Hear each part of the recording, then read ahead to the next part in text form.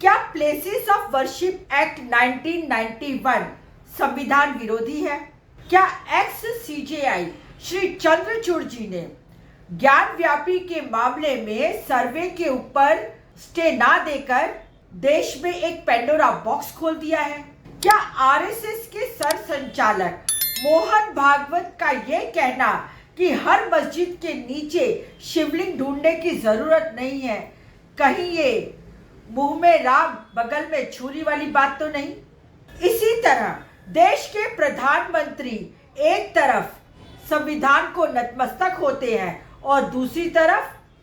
संविधान विरोधी बातें करते हैं, तो ये कहीं हाथी के दांत खाने के और दिखाने के और इस कहावत को तो चरितार्थ नहीं कर रहे।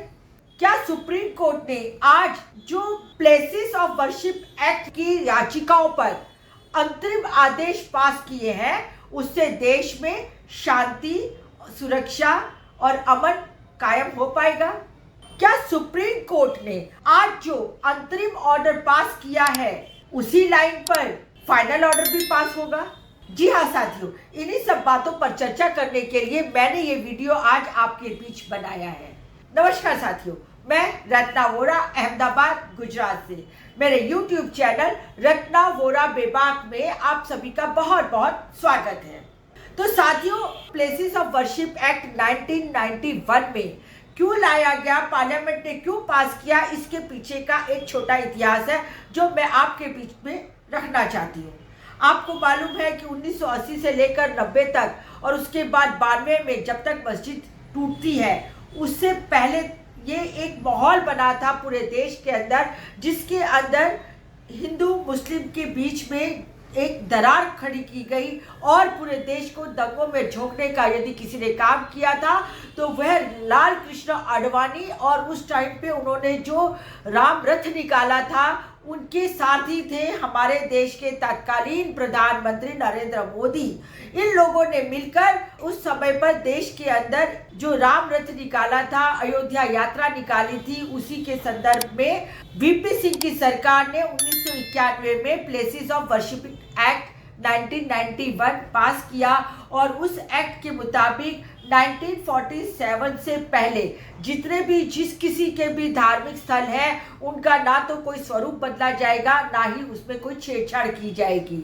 तो साथियों, यह एक्ट इसलिए पास किया गया था क्योंकि लाल कृष्ण आडवाणी ने राम मंदिर बनाने का एक बीड़ा उठाया था और उसकी वजह से देश के अंदर काफी उथल पुथल और हलचल मची हुई थी। ये भी कहा जाता है कि क्योंकि वीपी सिंह की सरकार ने सामाजिक न्याय देने के लिए मंडल कमीशन की सिफारिशों को लागू किया था, उसको काउंटर करने के लिए लाल कृष्ण आडवाणी उनकी टीम ने कमंडल की यात्रा शुरू की थी। उसके बाद हम सभी ने देखा कि अंततः सुप्रीम कोर्ट ने अयोध्या मंदिर पर अपना फैसला सुनाया और बहुत ही दुख के साथ कहना पड़ रहा है कि भारत देश के चीफ जस्टिस जो एक्स हो चुके हैं चंद्रचूड़ जी ने कहा कि ये मैंने राम मंदिर का जो फैसला सुनाया, अयोध्या का जो फैसला सुनाया, वो भगवान की इच्छा को मद्देनजर रखते हुए सुनाया। कमाल है, देश में संविधान है, संविधान पर को ध्यान में रखते हुए नहीं, परंतु उन्होंने भगवान और ईश्वर के नाम पर यह फैसला सुनाया। खैर,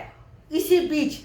हमारे एक्स सीजेआई चंद्रचूड़ जी ने एक और फैसला सुनाया, अर्थात जो ज्ञान व्यापी का मसला चल रहा था उसके अंदर उन्होंने स्टे नहीं दिया। उन्होंने यहाँ तक कहा कि प्लेसेस ऑफ वर्शिपिंग एक्ट के खिलाफ ये नहीं है, ये तो सिर्फ सर्वे किया जा रहा है, कोई छेड़छाड़ नहीं की जा रही। परंतु मैं बिल्कुल पुख्ता तौर पे मानती हूँ कि ये उन्होंने एक पूरे देश में पंडोरा बॉक्स खोल दिया ताकि ज्ञान व्यापी के बाद और दूसरी जगह पर भी इस तरह के दावे किए जाए कि मस्जिदों के नीचे मंदिर है। और उसी का एक उदाहरण आपने देखा कि ज्ञान व्यापी के बाद ये संभल की शाही मस्जिद का उदाहरण हम सबके बीच में आया, अजमेर शरीफ दरगाह का उदाहरण हमारे सबके बीच में आया, और इस तरह से कम ये लोग 40,000 मस्जिदों के ऊपर आज अपना दावा कर रहे हैं। तो आप मान सकते हैं कि कितना बड़ा पंडोरा बॉक्स हमारे एक्स सीजेआई श्री चंद्रचूड़ जी ने खोल दिया है और देश को एक दंगों की आग में झोंकने के लिए एक दरवाजा खुला कर दिया है। इसी तरह देखा जाए तो कहने को तो आरएसएस के सर संचालक मोहन भागवत जी कहते हैं कि भी हर एक मस्जिद के नीचे शिवलिंग ढूंढने की जरूरत नहीं है, परंतु वो कहते हैं नीचे तो काम यही चलता है कि हर कोई निकल पड़ा है एक एक याचिका लेकर अलग अलग कोर्ट के अंदर कि फला फला मस्जिद के अंदर हमें सर्वे कराना है। इसका मतलब तो यही है कि मोहन भागवत जी की बात का कोई असर ही नहीं है, इसीलिए तो उनके स्वयंसेवक निकल पड़ते हैं अलग अलग अदालतों में अपनी अपनी याचिकाएं लेके, और या फिर जो मैंने पहले कहा वो मुंह में राम बगल में छुरी, सामने कुछ कहते हैं और करते कुछ है या करवाते कुछ है। और हमारे प्रधानमंत्री नरेंद्र मोदी की तो बात ही क्या की जाए, इतने नाटक, नाटक के ऊपर ही उनका पूरा जीवन टिका हुआ है, नाटक और झूठ। एक तरफ वो संविधान को नतमस्तक होते हैं, माथा टेकते हैं, और दूसरी तरफ संविधान विरोधी तमाम वो सारी हरकतें या बातें करते हैं कि जो एक देश के प्रधानमंत्री को शोभा नहीं देता है। परंतु इन सब बातों के बीच में आज एक बहुत अच्छी बात निकल कर आई है, और वो बात ये है कि जो सुप्रीम कोर्ट में लगभग 18 जितनी याचिकाएं प्लेसेस ऑफ वर्शिपिंग एक्ट 1991 के संदर्भ में पेंडिंग है, उनकी आज तारीख थी, और इस तारीख पे सुप्रीम कोर्ट ने अंतरिम फैसला दिया है, इंटरिम ऑर्डर दिया है, और उन्होंने कहा है कि जब तक कि इन याचिकाओं का फैसला ना हो जाए सुप्रीम कोर्ट में जो अभी दर्ज की गई है, कोई भी नई याचिका किसी भी कोर्ट में निचली कोर्ट में दाखिल नहीं होगी सर्वे के नाम पर। दूसरा, उन्होंने ये ऑर्डर दिया कि यदि किसी कोर्ट ने सर्वे का ऑर्डर दे चुका है तो उसको भी जब तक ये फाइनल नहीं होता है तब तक के लिए स्थगित किया जाएगा। तीसरा, उन्होंने ये ऑर्डर दिया कि ये सब सर्वे अब कोई भी निचली अदालत कोई नया सर्वे का ऑर्डर नहीं देगी,